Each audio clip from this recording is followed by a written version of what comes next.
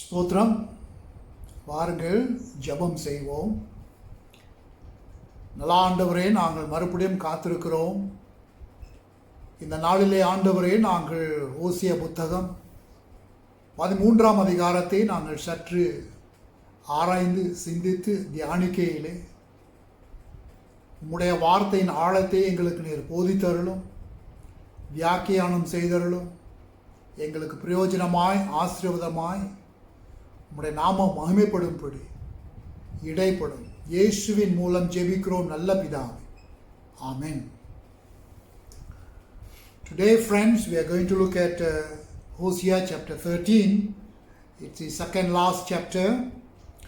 ஓசியா புத்தகம் 13ஆம் அதிகாரம் 1 முதல் 8ஆம் வசனம் வரை தேவனுடைய இறுதி நியாயத்தீர்ப்பு, அதாவது இஸ்ரவேல் மேல் ஆண்டவர் வைத்திருக்கிற இறுதி நியாயத்தீர்ப்பு என்பதை குறித்து நாம் பார்க்கிறோம். The final judgment on Israel from verse 1 to 8. 1ஆம் வசனத்தில் இஸ்ரவேலுடைய முடிவு இதோ வந்துவிட்டது என்று பார்க்கிறோம். Verse 1 talks about the end is near for Israel. God's certainty of punishment is already there. Ephraim became a powerful group in earlier times. There were strong leaders from this group. Joshua was one of them. அந்த நாட்களிலே எப்ராயிம் என்று சொல்லும் பொழுது இந்த Benjamin கோத்திரம் அது வல்லமை உள்ள ஒரு கோத்திரமாக இருந்தது. அநேக தலைவர்கள் அந்த கோத்திரத்திலிருந்து வந்தார்கள். குறிப்பாக யோசுவா என்கிற தலைவர் கூட அந்த கோத்திரத்திலிருந்து வந்தார். ஆனால் எப்ராயிம் நிறைய பாவ உணர்ச்சிகள் இருந்தது. Even though Ephraim was a great nation, there was a lot of guilt in the midst of the people of Ephraim. God will use death as way to punish Israel. மரணத்தை கொண்டு இஸ்ரவேல் தேசத்தை ஆண்டவர் தண்டிப்பார் என்று பார்க்கிறோம். 2ஆம் வசனத்தில் எரேபோம் இதோ பெத்தேல் தான் இடங்களிலே இந்த தங்க கன்றுக்குட்டிகளை அவர் செய்தார், விக்கிரங்களை அவர் செய்தார். and then அவர் சொன்னார், இதோ உங்களுடைய தேவர்கள் என்று சொல்லுகிறார். If you read 1 Kings chapter 12 verse 28, referring to verse 2 of Hosea chapter 13, Jeroboam made young cows of gold in Bethel and Dan. And then he presented to the people and said, here are your gods. This was a very derogatory deed of King Jeroboam. Jeroboam செய்த இந்த அருவருப்பான காரியம் தேவனுக்கு பிரியமில்லாத ஒரு காரியம். But it was the Israelites who made the idols. They worship the things they made. ஆனாலும் நாம் பார்ப்பது இஸ்ரவேல் தேசத்து தான் இந்த விக்கிரங்களை அவர்கள் செய்து அவைகளை அவர்கள் வணங்கினார்கள் என்று பார்க்கிறோம். பிராணிகளை அவர்கள் முத்தமிட்டார்கள். இது தள்ளிப்போன ஒரு காரியம். The verse may also mean that people offered sacrifice of people. அவர்கள் விக்கிரங்களை செய்து வணங்குவது மாற்றமல்லாமல் மனுஷர்களை பலியிட்டார்கள். The people not only bowed down to the idols and worshiped the idols which they have made, but they also sacrificed people as part of their worship to the idols. Verse 3, Hosea gives pictures of what the people are like. 3ஆம் வசனம் உண்மையிலே இந்த மக்கள் எப்படிப்பட்டுள்ளவர்கள் என்பதை குறித்து அவர் அங்கே சொல்லுகிறார். These are things that do not stay long. Israel will go quickly. இந்த காரியங்கள் அவர் செய்து வந்த காரியங்கள் எல்லாம் ரொம்ப காலம் நீடிக்காது, எல்லாம் போயிடும். அதே சமயத்தில் இஸ்ரவேல் தேசமும் தற்காலத்தில் இருந்து அவர்கள் மறைந்து விடுவார்கள். They will not stay long. Even Israel will disappear. God will make sure that the world will forget Israel. ஆண்டவர் பாருங்க, ஒரேடியா இஸ்ரவேல் தேசத்தை அழித்து போடுவதனாலே உலகம் யார் இந்த தேசம் இஸ்ரவேல் தேசம் என்று அவர்கள் மறந்து விடுவார்கள். உபாகமும் 32:26 வாசிக்கும் பொழுது இஸ்ரவேல் தேசம் ஒரு தேசமாக காணப்படாது. Deuteronomy 32:26 talks about Israel will lose its identity and be wiped out of the nation.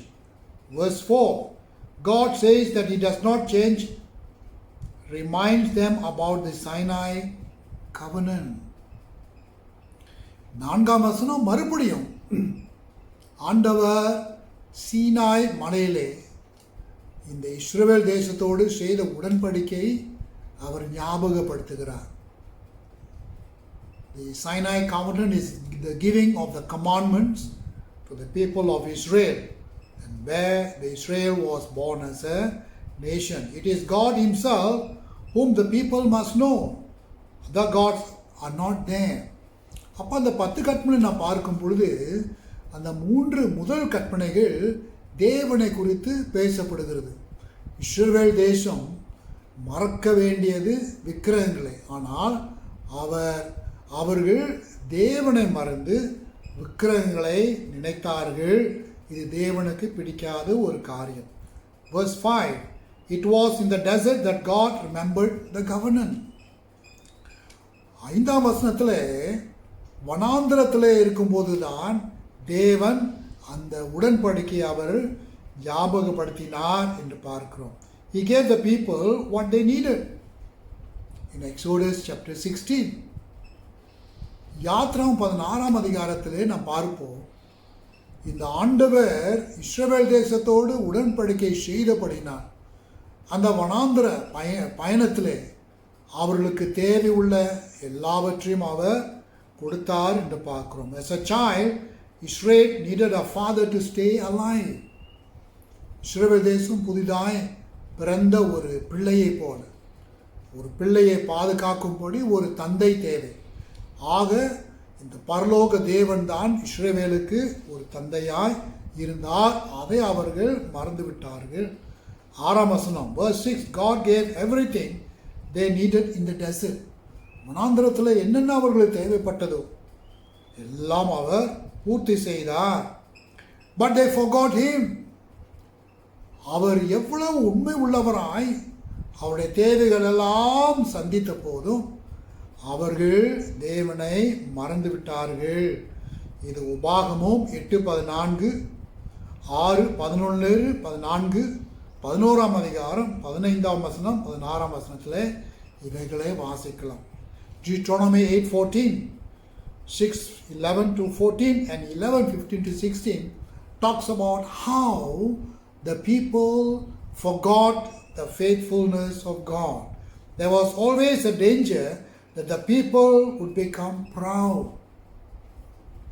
நல்ல வசதி வந்த பிறகு அவர்கள் தேவனை மறந்து விடுவார்கள் என்ற ஒரு ஆபத்து குறி அங்கே இருந்தது என்று நாம் பார்க்கிறோம். 7ஆம் 8ஆம் வசனங்கள் 7 and 8, verse 7 and 8, God will be like an animal. He had earlier said that He would send animals against you, with reference to Leviticus 26:22. ஆண்டவர் ஏதோ ஒரு பிராணியை போல, ஏற்கனவே லேவியாவும் 26:22 அவர் சொல்லியிருக்கிறார், உங்களுக்கு எதிராய் நான் பிராணிகளை, மிருகங்களை அனுப்புவேன் என்று சொல்லுகிறார். இந்த மிருகங்களுடைய அர்த்தம் என்னவென்றால், அதாவது அவர் அனுப்ப போகின்ற இந்த மிருகங்களுடைய அர்த்தம் நியாய தீர்ப்பை அனுப்புகிறார் என்பதற்கு அர்த்தம். The fact that God was going to send His animals against Israel actually means God will send His judgment upon the people. And this can be referred in Isaiah chapter 5, 29-30, 7:18 and 56:9. இதோடைய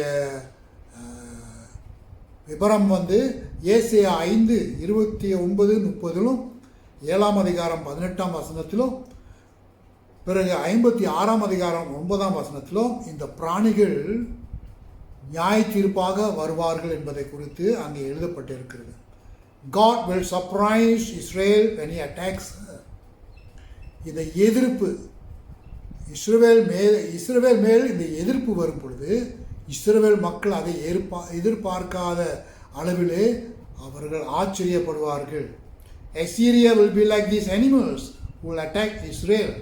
முதல்ல நான் உங்களுக்கு சொன்ன மாதிரி தேவன் அனுப்புகிற இந்த பிராணி, ஒரு பிராணி இஸ்ரவேல், இந்த அசீரியா தேசம் ஒரு பிராணியை போல இஸ்ரவேலை தாக்குவார்கள். There will be hurt and death as God was angry over Israel for breaking the covenant. இஸ்ரவேல் தேசம் பயங்கரமாய் பாதிக்கப்படுவார்கள், விமோசனம் அடைவார்கள், துக்கப்படுவார்கள். ஏனென்றால் நான் உங்களுக்கு அடிக்கடி சொல்லுகிற காரியம், அவர்கள் தேவனோடு செய்த உடன்படிக்கை அவர்கள் உடைத்த காரணத்தினாலே தேவன் கோபம் கொண்டார். The second section talks about verse 9 to 16. No one can stop God from being angry with Israel. 9ஆம் வசனத்திலிருந்து 16ஆம் வசனம் வரை ஆண்டவர் தேவன் இஸ்ரவேல் தேசத்தின் மேல் வைத்திருக்கிற கோபத்தை யாருமே தடுக்க முடியாது என்கிற கருத்திலே நாம் பார்க்கிறோம். verse 9, 9ஆம் வசனம், ஆண்டவர் உண்மையாகவே இஸ்ரவேல் தேசத்தை அழித்து போட அவர் இருக்கிறார். Verse 9 talks about God has determined, has made up his mind to destroy Israel. Jeremiah 4:7 describes an animal as something that destroys nations. This was Babylon. எரேமியா 4:7 ஒரு மிருகம் அல்லது பிராணி இஸ்ரவேல் தேசத்தை அழித்து போடும் என்று பார்க்கிறோம். அந்த சூழ்நிலையிலே அந்த மிருகம் பாபிலோன்.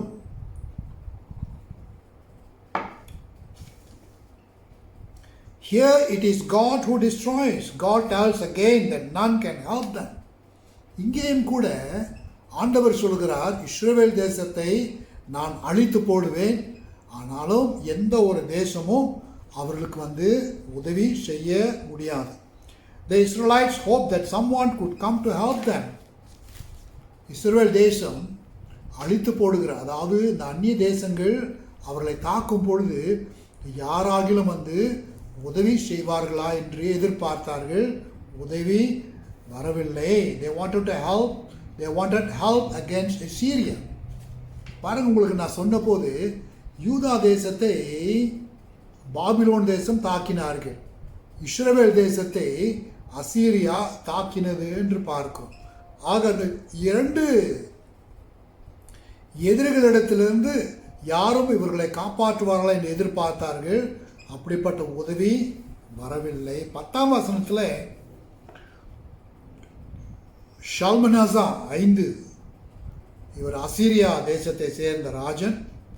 அவர் இந்த ஓஷியா ராஜாவை கடைசி முறை சிறைச்சாலையிலே போட்டு அவர் உபத்திரவப்படுத்தினார். இது 2 ராஜாக்கள் 17:4 வாசிக்கிறோம்.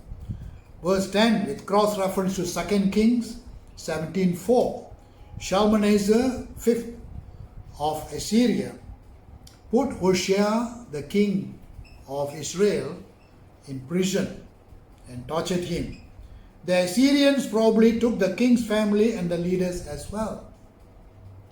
ஒரு முறை உங்களுக்கு சொல்லியிருக்கிறேன், இந்த அசீரிய தேசத்தை ராஜாக்கள் மாத்திரமல்ல, இந்த ராஜாக்களுடைய குடும்பத்தையும் சேர்த்து, இந்த ராஜாக்களுடைய தலைவர்களும் சேர்த்து அடிமைத்தனத்துக்குள்ளே அவர்கள் எடுத்து சென்றார்கள். இதற்கு பிறகு அசீரியா தேசத்தில் மன்னிக்கவும் இஸ்ரவேல் தேசத்தில் எந்த ஒரு தலைவர்களும் இல்லை. After this Israel lacked leaders to help in their situation. In the time of Samuel, the people asked for a king. உங்களுக்கு ஞாபகம் இருக்குன்னு அவன் ஏற்கனவே சொல்லியிருக்கிறேன். சாமுவேலுடைய காலத்தில் இஸ்ரவேல் மக்கள் ஒரு ராஜாவை எங்களுக்கு கொடுங்க என்று அவர் கேட்டிருந்தார். 1 சாமுவேல் 8ஆம் அதிகாரம் 5ஆம் 20ஆம் வசனத்தில் we read of this request for a king in 1 Samuel chapter 8 verse 5 and verse 20. So அந்த மாதிரி ஒரு சூழ்நிலையில் 11ஆம் வசனம் வாசிக்கிறோம். 2 பேர் மத்தியிலே ஒருவர் தேர்ந்தெடுக்கப்பட்டார். அதாவது ரெகோபோம் விட எரோபோம் தான் அவர்கள் தேர்ந்தெடுத்தார்கள். the people prefer Jeroboam over Rehoboam to be king of Israel. God has never looked at kings of Israel in a kind way.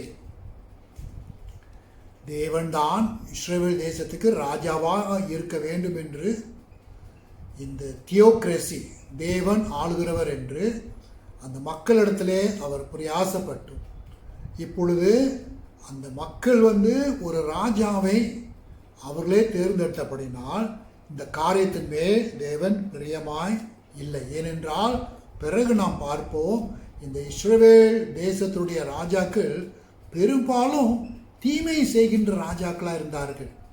Most of the kings were bad or evil, whether it was Israel or Judah. 12 வசனம், verse 12, God remembers sins if people are not sorry.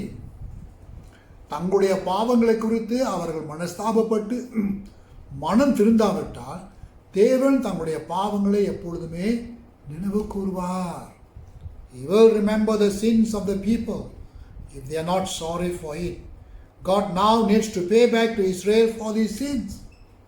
அப்படி வேண்டுமென்று அவர்கள் பாவம் செய்தபடினால் தேவன் யார் என்று அறிந்தும் கூட தங்களுடைய பின்புறத்தை அவருக்கு காட்டி அவர்கள் சென்றபடினால் இப்பொழுது அவர்கள் தண்டிக்கப்பட வேண்டிய நேரம் வந்துவிட்டது.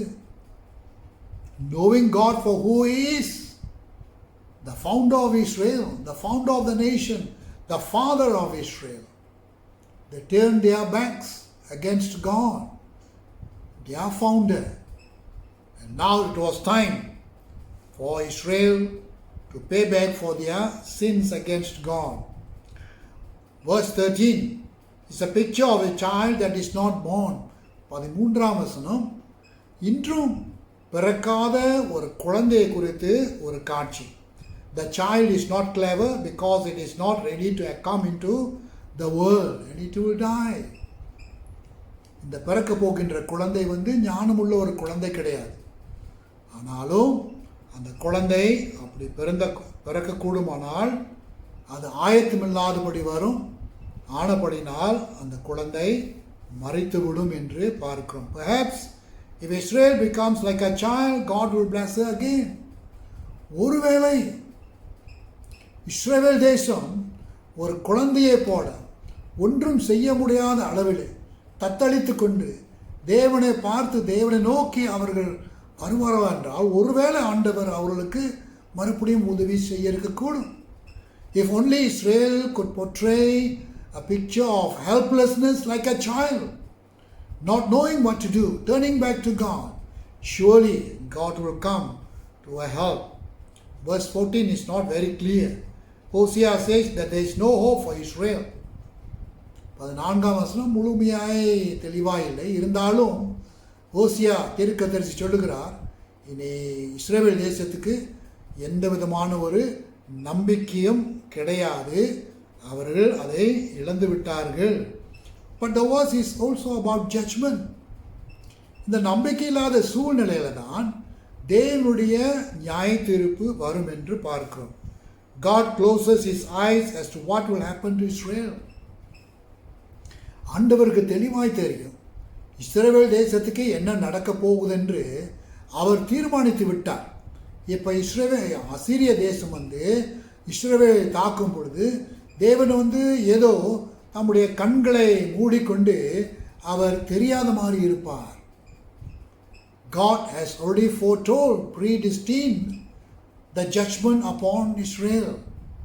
And now that Assyria is going to attack and overcome Israel, it is as though God will close His eyes and pretend not to see what is happening to Israel. Israel will go to the graves. அப்படியானால் இந்த இஸ்ரவேல் தேசம் கல்லறைக்கு சென்று விடுவார்கள். கல்லறைக்கு செல்வதென்றால் மரணம் என்பதற்கு அர்த்தம். 15 வசனம், verse 15, Hosea's another picture of a plant. இந்த 15 வசனத்தில் ஓசியா இன்னொரு செடியை கொண்டு அவர் காட்சி கொடுக்கிறார். East wind may be Assyria. Assyrian army will take away all that Israel possess. கிழக்கிலிருந்து புறப்பட்டு வருகின்ற இந்த காற்று இது அசீரியாவை குறித்து பேசுகிறது. இப்போ இந்த இஸ்ரவேலுடைய சரித்திரத்தில் பார்ப்போமானால் இந்த அசீரியா இஸ்ரவேலுக்கு கிழக்கு. அப்போ கிழக்கிலேருந்து வருகிற இந்த காற்று என்று சொல்லும் பொழுது கிழக்கிலேருந்து வருகிற அசீரியா தேசம் அவர்கள் இஸ்ரவேல் தேசத்தை அடித்து அவருடைய சொத்து அவருடைய செல்வாக்குகள் எல்லாம் அவர்கள் எடுத்து சென்று விடுவார்கள். Deuteronomy 28:12 The sky will open for Israel. பாகமும் 22:12 வாசிக்கிறோம். வானங்கள் இஸ்ரவேல் தேசத்துக்கு திறக்கப்படும் என்று. God will send rain for Israel's fields, but Assyria will make sure that Israel has no food. ஒருவேளை ஆண்டவர் இறக்கப்பட்டு இஸ்ரவேலுக்கு மறுபடியும் மழை சேமத்தை அவர் கொடுப்பார், சேமத்தை கொடுப்பார். Perhaps God will open the skies and bring rain upon Israel, a revisit to Israel. But Assyria will make sure that even though there is water and plants will grow, the crops, the harvest, the food will not go to Israel.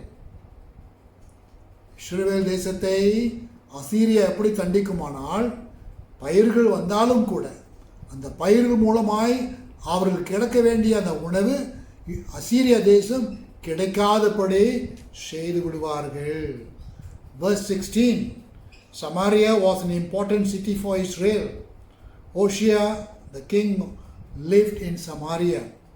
16ஆம் வசனத்தில் சமாரியா என்கப்படுகிற இந்த பகுதி இஸ்ரவேலிடத்தில் ஒரு முக்கியமான ஒரு இடம். ஓஷியா என்கிற ராஜா கூட இந்த சமாரியா என்கிற இடத்திலிருந்து தான் அவர் வந்தார் என்று நாம் பார்க்கிறோம். But Assyria will not show mercy. அசீரியா எந்த விதத்திலும் இஸ்ரவேலுக்கு இரக்கம் காட்டவே மாட்டார்கள். 2 ராஜாக்கள் 15:16, ஆமோஸ் 1:13 நாம் வாசிக்கிற பகுதியில் இந்த எதிரிகள் இஸ்ரவேல் தேசத்தை தாக்குவார்கள். It was even prophesied earlier in 2 Kings 15:16 and Amos 1:13. Armies will attack the people. They took babies that were inside women and tore them out. These prophecies, this cruelty of the enemies, which has been described. Here it talks about the enemy will tear the babies out from the women and kill them. தாயின் வயிற்றிலே காணப்படுகிற குழந்தைகளை இந்த எதிரிகள் கிழித்து அவர்களை கொலை செய்வார்கள். அப்படிப்பட்ட கொடூரமான நியாய தீர்ப்பு இஸ்ரவேல் மேல் வரும். And the pain of Israel was to begin as the judgment was at hand. இப்படிப்பட்ட வேதனை தான் பிரியமானவர்களே இஸ்ரவேல் தேசம் அனுபவிப்பார்கள். அந்த வேதனை இப்பொழுது வந்துவிட்டது. நாம் கற்றுக்கொள்கிற முக்கிய காரியம் இந்த பாடத்தில் பிரியமானவர்களே, ரோமர் 6:23 சொல்லுகிறது, பாவத்தின் சம்பளம் மரணம். Romans 6:23 talks about the wages of sin is death, but to those who believe in the Son Jesus Christ, it is the gift of eternal life. ஆனால் தேவகுமாரனை விசுவாசிக்கிறவர்களுக்கு மன்னிப்பு நித்திய ஜீவன் உண்டு என்று அதே சமயத்தில் வாசிக்கிறோம். இஸ்ரவேல் ஒரு வினாடியிலே அவர் பாவங்களை அவர்கள் உணர்ந்து தேவனிடத்திலே திரும்பி இருப்பார்களானால் தேவன் அவர்கள் மேல் வைத்திருந்த அந்த நியாய தீர்ப்பை அப்படியே அவர் மாற்றியிருப்பார். மறுபடியும் இஸ்ரவேலை அவர் எழுப்பியிருப்பார். If only Israel had repented, turned back to God, the grace, the mercy of God would have come down and God would have removed the judgment of Israel which Assyria was going to bring once and for all and give new life to Israel. This is the gospel which says to those who turn to Christ, they will be forgiven and receive eternal life. ஆக பாவத்திலிருந்து நாம் விளங்கி மனம் திருந்தி மறுபடியும் இயேசுவை நோக்கி நாம் பார்ப்போமானால், இயேசுவானவர் தம்முடைய மனதுருக்கத்தில் நம்முடைய பாவங்களை நமக்கு மன்னித்து நாம் பிதாவோடு ஒப்புரவாக்குதல் அடைந்து மறுபடியும் அவருடைய புத்திரர்களாய் காணப்படும்படி கர்த்தர் நம்மை ஆசீர்வதிப்பார். ஹல்லேலூயா. வாருங்கள் ஜெபிப்போம். நல்ல ஆண்டவரே, இஸ்ரவேல் தேசத்துடைய பாடம் இந்த நாளில் நான் கற்றுக்கொண்டது ஒரு விசை ஆண்டவரே, அவர்கள் மனம் திருந்திருப்பார்களானால் தேவன் உம்முடைய இரக்கத்தில் அவர்களை நிச்சயமாய் சந்தித்து அந்த நியாய தீர்ப்பை எடுத்து போட்டிருப்பீரப்பா.